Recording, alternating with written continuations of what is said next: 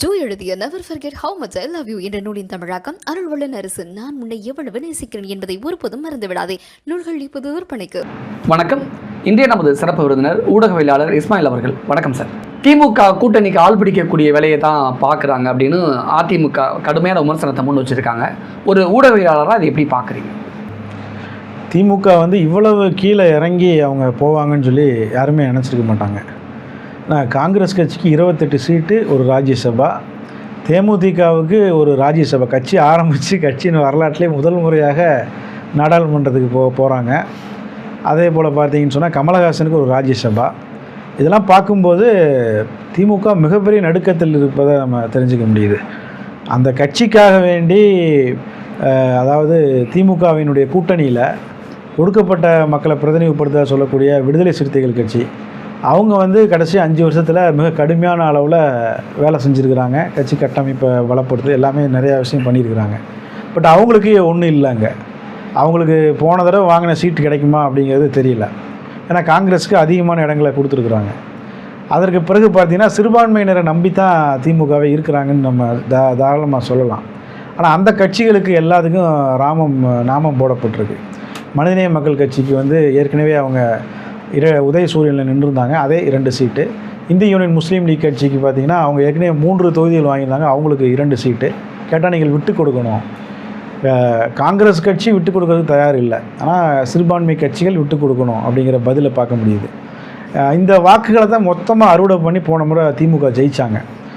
ஆனால் இன்றைக்கி பார்த்தீங்கன்னு சொன்னால் அவங்க எல்லாத்தையும் கைவிட்டு அடுத்த கம்யூனிஸ்ட் கட்சிகள் போராட்டத்தை அவங்களுடைய டிஎன்ஏவே போராட்டங்கள், மக்கள் போராட்டங்கள் தான். ஆனால் கம்யூனிஸ்ட் கட்சிகளுக்கு என்ன கிடைக்க போகுது அப்படிங்கிறது தெரியல.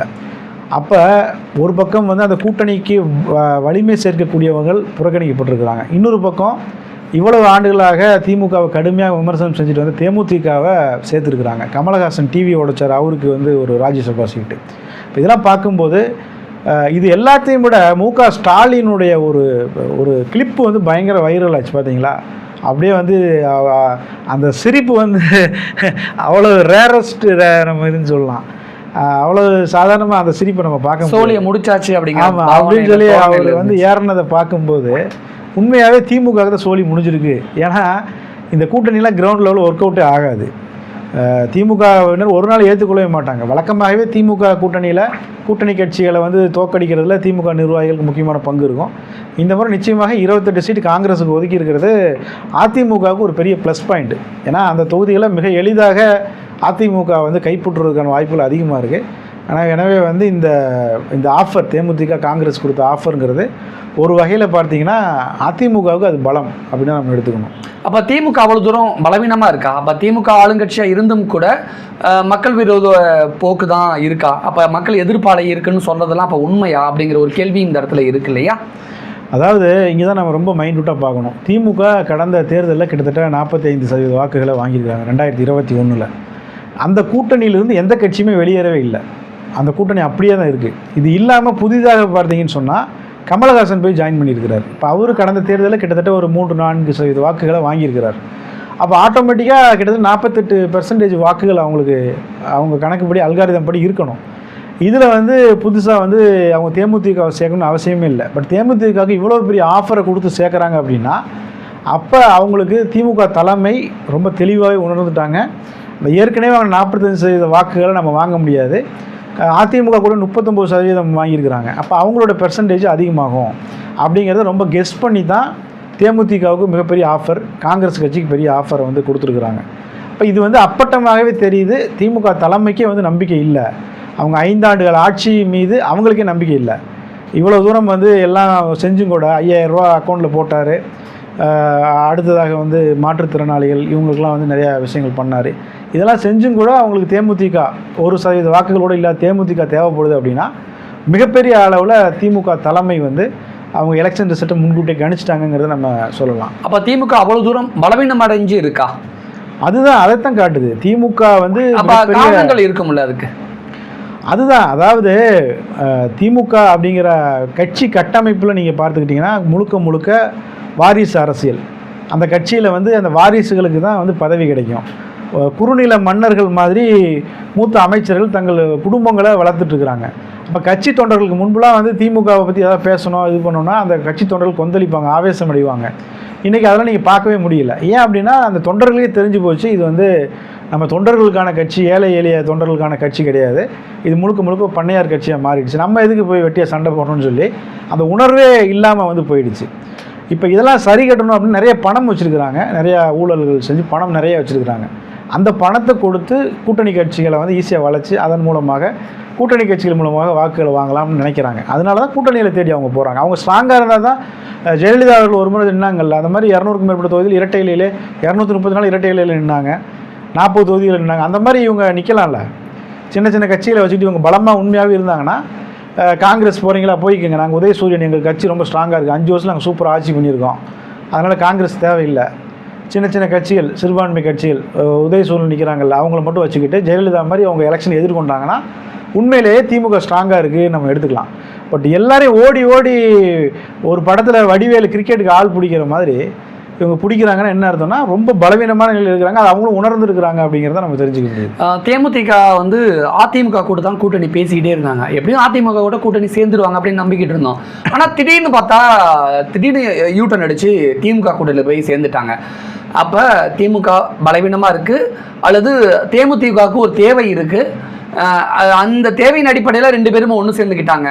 திமுகவுக்கு ஒரு தேவை, தேமுதிகவுக்கு ஒரு தேவை இருக்குது, அதனால் 2 பேரும் ஒன்று சேர்ந்துக்கிட்டாங்க. பட் அதிமுக அதை பற்றி கவலைப்படலை, எங்ககிட்ட இவ்வளோதான் முடியும், இஷ்டம்னா அவங்க கஷ்டமாக போங்க அப்படின்னு கட்ஸோட அதிமுக நடந்துக்கிடுச்சு. இது அப்படி எடுத்துக்கணுமா, இல்லை தேவையின் அடிப்படையில் தேமுதிகவை சேர்த்துக்கிடுச்சு அப்படி எடுத்துக்கணுமா?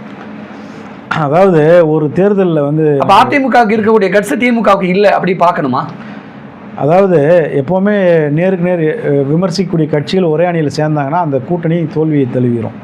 இது வந்து பல எலெக்ஷன்களில் நடந்திருக்கு. அப்போ தேமுதிக டிஎம்கே பொருந்தா கூட்டணியா? பொருந்தாத கூட்டணி. ஏன்னா இவ்வளவு ஆண்டுகளாக கட்சி ஆரம்பித்ததுலேருந்து இப்போது வரைக்கும் வந்து திமுகவை விமர்சிச்சுட்டு இப்போ போய் திடீர்னு கூட்டணி சேர்ந்துருக்காங்கன்னா ஒரு சந்தர்ப்பவாத கூட்டணி. பிரேமலதா வந்து மிகப்பெரிய ஒரு சந்தர்ப்பவாதிங்கிறத அவங்க நிரூபிச்சிருக்கிறாங்க.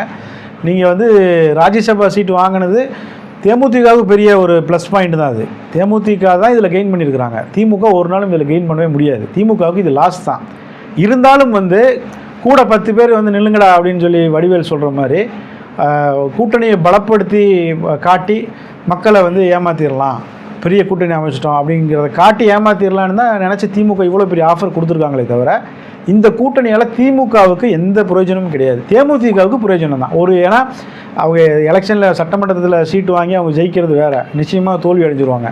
அது தெரிஞ்சு தான் அவங்க என்ன பண்ணுறாங்க, ராஜ்யசபா கொடுத்துருங்க, ரொம்ப சேஃபாக போயிடும், சட்டமன்றத்தில் நீங்கள் கொடுத்தாலும் சரி கொடுக்காட்டியும் சரி எத்தனை சீட் கொடுக்குறீங்களோ வாங்கிக்கிறோம் அப்படிங்கிற நிலைக்கு தேமுதிக தள்ளப்பட்டிருக்காங்க. உண்மையிலே இது வந்து தேமுதிகவுக்கு ஒரு ப்ளஸ் பாயிண்ட் தான், பட் திமுகவுக்கு எந்த பிரயோஜனமும் இல்லை. ஆனால் அதிமுகவை விட்டு தேமுதிக போனது வந்து அதிமுகவுக்கு லாஸ் தானே, அதிமுகவுக்கு நஷ்டம் தானே, அப்படி தானே பார்ப்பாங்க. அதாவது தேமுதிகவுடைய வாக்கு பெர்சன்டேஜ் என்ன, இன்றைக்கி வந்து கடந்த தேர்தலில் ரொம்ப குறைவு, 1% அவங்க வாங்கலை. இப்போ இந்த தேர்தலில் வந்து இன்னும் வந்து அது குறைவதான வாய்ப்பு. கடந்த நாடாளுமன்ற தேர்தலில் அதிமுக கூட்டணியில் நின்று ஒரு சீட்டு வந்து அவங்க வாங்கி அதில் வந்து கிட்டத்தட்ட வெற்றியை நோக்கி தேமுதிக போனாங்க. பட் நூலிலையில் அவர் விஜய் பிரபாகர் தோல்வி அடைஞ்சிட்டார். அப்போதும் கூட அவங்களுடைய பெர்சன்டேஜ் 0.9 சம்திங் தான், 1% கூட இல்லை. அதற்கு முன்பு வந்து அவங்க அமமுக கூட்டணியில் கடந்த சட்டமன்ற தேர்தலில் போட்டிட்டாங்க, அப்போதும் 1% கூட வாக்குகளோடு வரல. அதற்கு முன்பு வந்து அவங்க தேர்தல்களிலும் சரி தேமுதிக அப்படிங்கிறது இன்றைக்கி வந்து ஒரு கிருஷ்ணசாமி கட்சி மாதிரி, ஒரு ஜான் பாண்டியன் கட்சி மாதிரி தான் இன்றைக்கி அவங்கள கன்சிடர் பண்ணணும். ஏன்னா முழுவதுமாக தொண்டர்களுடைய நம்பிக்கையை அவங்க வந்து இழந்துட்டாங்க. அதிமுகவுக்கு போனாலாவது அந்த ஒரு கெமிஸ்ட்ரி ஒர்க் அவுட் ஆகும், ஏன்னா தொடர்ந்து அவங்க அந்த கூட்டணியில் இருந்ததுனால ஒரு கெமிஸ்ட்ரி ஒர்க் அவுட் ஆகும். திமுகவுக்கு போனது வந்து இன்னும் திமுக தொண்டர்கள் நிச்சயமாக தேமுதிக எங்கெல்லாம் போட்டிடுறாங்களோ அங்கெல்லாம் திமுக முக்கிய தலைவர்கள் அந்த கேண்டிடேட்டை போட்டி கேண்டிடேட்ஸு நிச்சயமாக நிறுத்துவாங்க.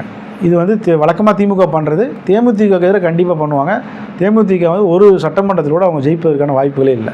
இப்போ தேமுதிகவுக்கும் எம்பி சீட்டு அதிமுக கொடுக்கல அப்படின்னா தேமுதிகவுடைய தகுதி என்ன அப்படின்னு எடப்பாடியாருக்கு தெரிஞ்சிருக்கு. அப்போ ஸ்டாலின் கொடுக்குறாரு அப்படின்னா தேமுதிகவுடைய தகுதி என்ன அப்படின்னு திமுகவுக்கு தெரியலையா, அப்படி தான் புரிஞ்சுக்கணுமா? திமுகவின் தகுதி அவங்க இழந்துட்டது தான் இதை காட்டுது, சரிங்களா? தேமுதிக வந்து அவர்கள் ஒரு எம்பி சீட்டு வாங்குவதற்கான தகுதி தேமுதிகவுக்கு இல்லைங்கிறத எடப்பாடி தெரிஞ்சுக்கிட்டார். இவங்க இல்லைனாலும் நம்மளால் இந்த தேர்தலை எதிர்கொள்ள முடியும், இவங்க இல்லைனாலும் நமக்கு வெற்றி வாய்ப்பு பாதிக்காது. ஏன்னா எடப்பாடி பழனிசாமி மிக மூத்த அரசியல்வாதி, அவருக்கு வந்து தேமுதிகவின் பலம் என்ன, எத்தனை சட்டமன்ற தொகுதிகளில் இவங்களுக்கு எத்தனை வாக்குகள் இருக்குது, இவங்களோட அலைன்ஸ் வைக்கலைன்னா நமக்கு எவ்வளோ தூரம் வெற்றி வாய்ப்பு பாதிக்கும், இதெல்லாம் தெரிஞ்சு நிச்சயமாக தெரிஞ்சிருக்கும். இருந்தாலும் இது வந்து நம்மளுடைய வெற்றி வாய்ப்பை பாதிக்காதுங்கிற ஒரு தைரியத்தில் அதை எதிர்கொள்வோங்கிற தைரியத்தில் அவர் நீங்கள் போனாலும் பரவாயில்ல, உங்களுடைய பலம் இவ்வளோ தான். எப்போவுமே எடப்பாடி பழனிசாமி ரொம்ப ஒரு பேர்கெய்னிங்கில் ரொம்ப ஸ்ட்ரிக்டான ஒருத்தர். அவர் எந்த கட்சி, நீங்கள் பிஜேபி போனாலும் சரி, யார் போனாலும் உங்கள் தகுதி என்ன, அதுக்கு தகுந்த சீட்டு தான், அதற்கு மேலே வந்து அவங்க நிச்சயமாக கொடுக்கவே மாட்டாங்க. அப்போ தேமுதிகவுக்கு ஒரு எம்பி சீட்டு வாங்க, ஒரு ராஜ்யசபா ஒதுக்குவதற்கான பலம் வந்து இல்லை. அதை தெரிஞ்சுட்டு அவர் தைரியமாக முடிவு பண்ணியிருக்கார். பட் ஸ்டாலின் வந்து அப்படி இல்லை. அவர் வந்து இன்னும் யாரெல்லாம் சேர்த்துக்கொள்ள முடியும், எப்படியாவது இந்த தேர்தலில் வந்து வெற்றி பெற்று ஆகணும் அப்படிங்கிற ஒரு நிலைக்கு வந்துட்டார். மக்கள் வந்து அவர் நம்ப தயார் இல்லைங்கிறதுனால மற்ற எவ்வளோ பேரை சேர்க்க முடியுமோ சேர்த்துட்ருக்கிறார்.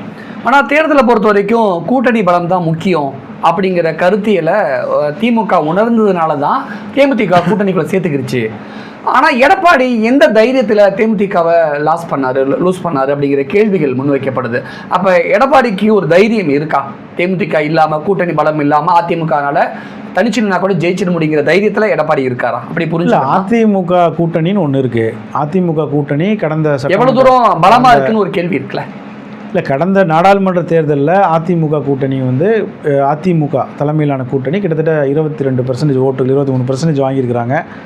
தேசிய ஜனநாயக கூட்டணின்னு சொல்லி பிஜேபி, பாமக இவங்கெல்லாம் சேர்ந்து 18% வாங்கிடுது. ரெண்டையும் சேர்த்தாலே உங்களுக்கு 41% கிட்ட வந்துடுது.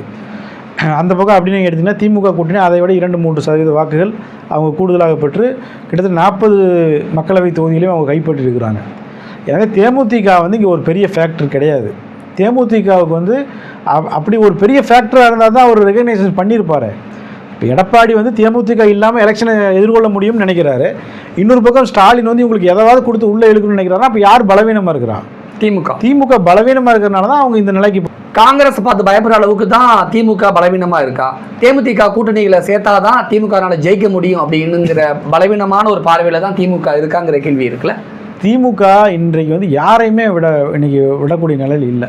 கருணாஸ் அவருக்கு சீட்டு தரதா சொல்லியிருக்கிறாங்க, தமிழ்முன் அன்சாரிக்கு சீட்டு தரதா சொல்கிறாங்க, தனியரசுக்கு சீட்டு தரதா சொல்கிறாங்க. இப்போ வேல்முருகன் அவர் வந்து சீட்டு கூடுதலாக கேட்டுட்ருக்கிறாரு. இப்போ இவங்க யாரையுமே ஒருத்தவங்களை கூட திமுக வந்து லூஸ் பண்ண மாட்டாங்க. ஏன்னா அவ்வளோ தூரம் அவங்க கட்சி கட்டமைப்பு பலவீனமாக இருக்குது. கூட்டணிகளை நம்பி இருக்க வேண்டிய ஒரு நிர்பந்தத்துக்கு தள்ளப்பட்டிருக்கிறாங்க. தேமுதிகவை பொறுத்த வரைக்கும் கருணாஸுக்கு என்ன பலம் இருக்கோ அவ்வளோதான் அவங்களுக்கு. தமிழ்முன் அன்சாரியுடைய பலம் தான் அவங்களுக்கு. அது இருந்தாவே பெரிய விஷயம். தனியரசு கூட கொங்குல வந்து கிட்டத்தட்ட ஒரு 30-40 தொகுதியில் கணிசமாக வாக்குகள் வச்சுருப்பார். 500லேருந்து ஒரு 5000 வாக்குகளாக வச்சுருப்பார். அந்த வாக்குகளோடு இல்லாத கட்சி தான் தேமுதிக. அதனால தான் எடப்பாடியார் வந்து அவர் உங்களுடைய தகுதி இவ்வளோ தான் அப்படின்னு சொல்லிட்டாரு. இவங்க வந்து பேர்கனிங் 2 பக்கம் பேரம் பேசி கடைசியாக திமுக பக்கம் போயிருக்கிறாங்க. காங்கிரஸ்லாம் கிட்டத்தட்ட தமிழ்நாட்டில் அதாவது 0 வாக்கு சதவீதம் இருக்கக்கூடிய தேமுதிகவுக்கு இவ்வளோ முக்கியத்துவம் கொடுக்குறா திமுக கொடுக்குறாங்கன்னா காங்கிரஸுக்கு நிச்சயமாக 2-3% வாக்குகள் வந்து இருக்குது தமிழ்நாட்டில். அவங்கள எப்படி லூஸ் பண்ணுவாங்க? நிச்சயமாக பண்ண மாட்டாங்க. அதனால தான் தகுதிக்கு மீறி கொடுக்குறாங்க. இது என்ன நம்ம பார்க்க வேண்டிய விஷயம் என்னென்னா, இது எல்லாமே அதிமுக தான் சாதகமாக முடியும். தேமுதிக கொடுக்குற சீட்டாக இருந்தாலும் சரி, காங்கிரஸ் கொடுக்குற சீட்டாக இருந்தாலும் சரி, அதிமுக எளிமையாக வெற்றி பெறுறதுக்கு இது ஒரு காரணியாக இருக்கும். உங்களுக்கு வந்து கை சின்னமாக இரட்டை இலையாங்கும் போது தமிழ்நாட்டு மக்கள் கண்ணை மூடிட்டு சட்டமன்ற தேர்தலில் அவங்க வந்து இரட்டை இலைக்கு தான் குத்துவாங்க. சரிங்களா? தேமுதிக எந்த சின்னத்தில் நிற்க போகிறாங்கன்னே தெரில. இப்போ அவங்களுக்கு வந்து முரசு சின்னத்திலே திரும்பி வைக்கிறாங்கன்னு வச்சுக்கிட்டாலும் அது இது முரசா அல்லது வந்து இரட்டை இலையான்னு வரும்போது இப்போ பெர்சன்டேஜ் அடிப்படையில் அதிமுகவுக்கான வாய்ப்புகள் ரொம்ப அதிகமாக இருக்குது. இப்போ திமுக கூட்டணி இவ்வளோ தூரம் பலவீனமாக இருக்குது அப்படின்னு நீங்கள் முன் வச்சுருக்கீங்க. அப்போ அதிமுக கூட்டணி ஸ்ட்ராங்காக இருக்கா அப்படின்னு பார்க்கணும்ல. அப்போ அதிமுக கூட்டணி எந்த அளவுக்கு ஸ்ட்ராங்காக இருக்குது? எலெக்ஷனை பொறுத்த வரைக்கும் ஃபஸ்ட்டு அல்காரிதம் தான். கடந்த தேர்தலில் கட்சிகள் வாங்கின வாக்கு சதவீதம் அதை வந்து நம்ம முதல்ல கணக்கில் எடுத்துக்கணும். அதற்கு பிறகு புதிதாக யாரெல்லாம் வந்து போட்டிடுறாங்க, அவங்க யார் வாக்கில் பிரிப்பாங்க, அந்த மாதிரிலாம் நம்ம பார்க்கும்போது இன்றைக்கி விஜய் தான் பெரிய ஒரு ஃபேக்டரு. அவர் வந்து அதாவது திமுக எதிர்ப்பு ஓட்டு அதிமுக போகும், அதிமுக எதிர்ப்பு ஓட்டு திமுகவுக்கு போகும். இப்படி தான் வந்து போகும். அது மாதிரி மக்கள் வந்து எப்படின்னா, நம்ம சாதாரண நேரங்களில் போய் நீங்கள் மைக்கை நீட்டி கருத்து கணிப்பு கேட்டிங்கன்னா அவங்க வந்து புதிதாக யார் வராங்களோ அவங்கள தான் சொல்லுவாங்க. பட் தேர்தல் அப்படின்னு வரும்போது அந்த பூத்தில் போய் ஓட்டு போடும்போது அதில் பல ஃபேக்டர்ஸ் இருக்குது. ஒரு இப்போ குடும்பமாக ஒரு கட்சியை ஆதரிக்கிறாங்கன்னா அந்த குடும்பத்து தலைவர் வந்து சொல்கிறாருன்னா அந்த கட்சிக்கு தான் அவங்க வாக்களிப்பாங்க. கடைசி நேரத்தில் பிரெயின் வாஷ் நடக்கும். சரிங்களா? இதெல்லாம் தாண்டித்தான் புதிதாக வரக்கூடிய கட்சிகளுக்கு வாக்களிப்பாங்க. அப்படி இருக்கும்போது திமுக என்ன கொள்கையை சொல்கிறதோ அதே கொள்கையை தான் விஜயன் சொல்கிறாரு. அப்போ ஆட்டோமேட்டிக்காக அந்த ஐடியாலஜிக்கு எதிராக இருப்பவர்கள் ஆட்டோமேட்டிக்காகவே யாருக்கு வாக்களிப்பாங்க? அது அதிமுகவுக்கு தான் வாக்களிப்பாங்க. அதிமுகவை விரும்பாதவங்க குறிப்பாக பிஜேபி இருக்குது, பாமக இருக்குது. இப்போ இந்த ஐடியாலஜி இந்த கூட்டணி விரும்பாதவங்க நேரடியாக யாருக்கு வாக்களிப்பாங்க? திமுகவுக்கு வாக்களிப்பாங்க. பட் இப்போ விஜய் அங்கே போட்டிக்கு வர்றார். அப்போ அந்த வாக்குகள் தான் பெரிய அளவில் ஸ்பிட் ஆகும். அதிமுகவின் வாய்ப்பு அப்படிங்கிறது கூடுதலாக இருக்கும்னு நான் நினைக்கிறேன். விஜயோடைய அரசியல் வருகையினால யாருடைய வாக்குகள் பிரியும்? இதனால எந்த கூட்டணிக்கு பலவீனமாக இருக்கும்? அதுதான் நான் இவ்வளோ நேரம் சொன்னேன். அது நிச்சயமாக திமுகவுக்கு தான் பாதகமாக அமையும். ஏன்னா விஜய் வந்து அடிப்படையில், ஏன்னா வாக்களிக்கும் போது ஜாதி மதம் இதெல்லாம் ஒரு முக்கியமான ஃபேக்டரு. அதில் பார்க்கும்போது விஜய் வந்து ஒரு சிறுபான்மை கிறிஸ்தவ சமூகத்தை சேர்ந்தவராக இருக்கிறாரு. இஸ்லாமியர்களுக்கு அதிகமாக ஃபோக்கஸ் பண்ணுறாரு. தொப்பி போட்டார், அந்த களிமா சொன்னார், தொழுகை நடத்தினார், நிறைய இஸ்லாமியர்களுக்கு வாய்ப்பு கொடுக்குறாரு. இப்போ இதெல்லாம் பார்க்கும்போது மைனாரிட்டிஸ் ஓட்டை அவர் குறி வைக்கிறார். மைனாரிட்டியோட ஆல்ரெடி திமுக தான் இருக்குது. அதை நீங்கள் தொகுதிக்கு 5000 ஓட்டை பிரித்தாலே ஆட்டோமேட்டிக்காக திமுக கவுந்துடும். திமுக கப்பல் வந்து தலைகளை கவுந்துடும். அதை தான் விஜய் செஞ்சிட்ருக்கிறார்.